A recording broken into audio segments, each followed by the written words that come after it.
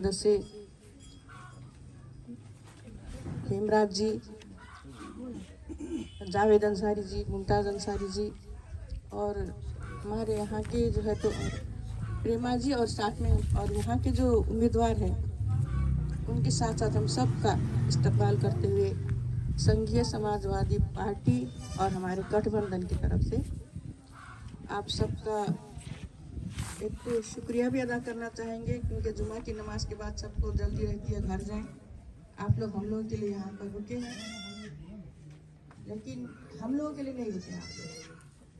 आप लोगों का फर्ज बनता है कि कोई मुसलमान कोई फिक्र को लेकर के आए, कुछ सुनाए तो उसे सुनना चाहिए, क्योंकि जिस ताल्लुक से हम लोग यहाँ पर जमा हैं ये किसी का पर्सनल ज़ाती मामला नहीं है। ये सारे कौम की बात है, कौम की आवाज़ है, कौम की ज़रूरत है। और अभी के माहौल को देखते हुए कौम से इलेक्शन का वक्त नज़दीक आता है, हमारे ईमान को ख़रीदा जाता है, सबके साथ होता है। तो ऐसे वक्त में अब जैसे चुनाव नज़दीक आएगा, इलेक्शन का दिन नज़दीक आएगा, ये मरहला भी पेश आएगा, तो हम आप लोगों से गुजारिश करेंगे कि अल्लाह के रूबरू हाजिर होंगे हम लोग। अल्लाह ताला का सवाल होगा कि जब इंसाफ हो रहा था, कोई मुसलमान आया था आपके पास, तो आपने मुसलमान को क्यों नहीं चुना? अपने कौम के लीडर को आपने क्यों नहीं चुना? हाँ, ये बात अलग है कि अपना हक बनता है, किसी को भी चुने। जो माहौल है अभी, उसके लिहाज से मैं बात कर रही हूँ कि एक फर्ज बनता है हमारा कि हम लोग अपनी कौम के किसी लीडर को आगे बढ़ाएं। वोट दो दिन है उसमें से, तो चर्चा भी हुआ इस पार्टी का, लेकिन फिलहाल अभी के वक्त में एक और पार्टी आई यहाँ पर, वो और गौर से सोचेंगे कि दो अंसारी में से किसको चुनना जरूरी है। हम लोग मौतरी में काफी दिन रहे, वहाँ भी यही कंफ्यूजन, जितने लोग थे, एक आदमी तो रो रहे थे कि भाई दो अंसारी तो हम लोग किसको वोट दें। एक वोट तो हम लोग सोचे थे कि देंगे मुसलमान को, अभी दो अंसारी हो गए, किसको दें हम?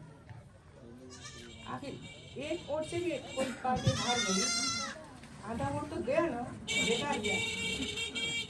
इसलिए जो पार्टी शुरू से यहाँ काम करती आई है, जिसका एक नज़रिया है, जिसका एक रास्ता है कि हम इस रास्ते पर चलेंगे जो कौम के हक में होगा, तो हम गुजारिश करेंगे कि आप लोग उसी पार्टी को आप लोग तरजीह दें, उसी को आप लोग वोट दें, उसी को आगे बढ़ने का मौका दें, आगे मिल करके बढ़ाएं। वरना फिर हम लोग जहाँ थे उससे और भी नीचे हो जाएंगे हम लोग। आपसी मुकाबला कोई मायने नहीं रखता, आपसी घमंड, आदमी का घमंड अल्लाह ताला को पसंद नहीं है। बस आप लोग बस इतना करें कि अच्छा नेता छाने, आप लोग फैसला आप लोगों के हाथ में है। मेरे ख्याल से आप लोग बात समझ गए होंगे। और अभी इलेक्शन का टाइम बार बार नहीं आता, और जो इलेक्शन है ये संविधान है, वो भी बढ़ जाए, कुछ समीम में चला जाए, कुछ रिजवान में चला जाए, अगला निकल गया, फैसला यहाँ भी करना जरूरी है। और सोचेंगे आप लोग कि दोनों में कौन सही नेता है।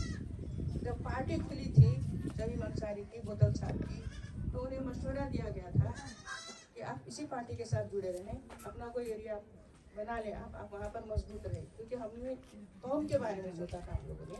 इस तरह से आगे बढ़ा जाए, नहीं से आप निकल जाइएगा, नहीं से हम निकल जाएंगे, तो सबका भला होगा। लेकिन यहाँ पर बात आ गई मुकाबले की, कंपटीशन की। एक जो होता है ना, ईगो बोलते हैं जिसको, कि हम आगे हैं, हम नेता हैं। नेता वो होता है जिसे लोग जिता करके नेता बनाए, उसे कौम का लीडर माने। वो नहीं होता जो कहे कि मैं लीडर हूँ और मुझे मानो, मैं सबसे बड़ा हूँ। अल्लाह ताला को घमंड पसंद नहीं। वक्त बहुत नाजुक है, देखिए सबके हक की बात है ये, और सबके भले की बात है। हमारे बच्चे कल उनके मुस्तकबिल का सवाल है। बहुत सारी बातें हैं जो कौम से जुड़ी हुई हैं। सारे हमारे जितने जवान हैं सब बाहर हैं। जो मेहनत मजदूरी जो मुल्क के लिए होनी चाहिए, अपनी कौम के लिए होनी चाहिए, वो बाहर होती है। हम लोग का क्या है कि हम लोग चाहते हैं कि हमारे जवान यहीं रहें, नेपाल में रहें, अपनी फैमिली के साथ रहें, और एक अच्छी ज़िंदगी गुजारें, दूसरों के मुल्क में जाके गुलामी ना करें। बच्चे हमारे पढ़े, ये नहीं कि सबके बच्चे यूरोप अमेरिका पढ़े और हमारे बच्चे खाड़ी में जाकर के मजदूरी करें। एक फिक्र के साथ, एक नज़रिया लेकर के हम लोग आगे बढ़े हैं। अकेला कोई नेता नहीं बनता, कोई मंसूबा अकेले पूरा नहीं होता। आप लोगों के सबके साथ की ज़रूरत है, आप लोगों के फिक्र की ज़रूरत है, और हम लोग फिर कहीं के नहीं रह जाएंगे। जो हुकूक हैं अभी संविधान में, उस पर तो अमल नहीं किया जा रहा है। अगर उन्हीं को मिटा दिया गया, हमारे लोग वहाँ नहीं पहुँच पाए, जो अच्छे लोग हैं, जो दिल से कौम का भलाई चाहते हैं, अगर वो लोग वहाँ नहीं पहुँचे तो हम लोग बहुत पीछे रह जाएंगे। और इन लोगों को हम लोग क्या जवाब देंगे, इन बच्चों को? ये सदन में बोलने का मौका मिलेगा सबको, अगर वो लोग जीत जाएंगे तो। ये विकास का चुनाव नहीं है, ये आवाज़ का चुनाव है। ये चुनाव है कानून लिखवाने का। कानून बदलता हो तो वहाँ पर हम लोग अपनी आवाज़ रखेंगे, और आप सबके मशवरे के लिहाज से ही होगा जो भी होगा। बस तवज्जो की ज़रूरत है आप लोगों की। आप लोग ये सोचें कि जो भी ये पार्टी कर रही है, कौम के लिए कर रही है। और अल्लाह ताला के यहाँ सवाल होगा कि एक मुसलमान आया था, कौम के हक़ में बोल रहा था, वो आप लोगों ने क्यों नहीं सुना? ये हुकूकुल्लाह का सवाल नहीं है, हुकूकुल इबाद का सवाल है।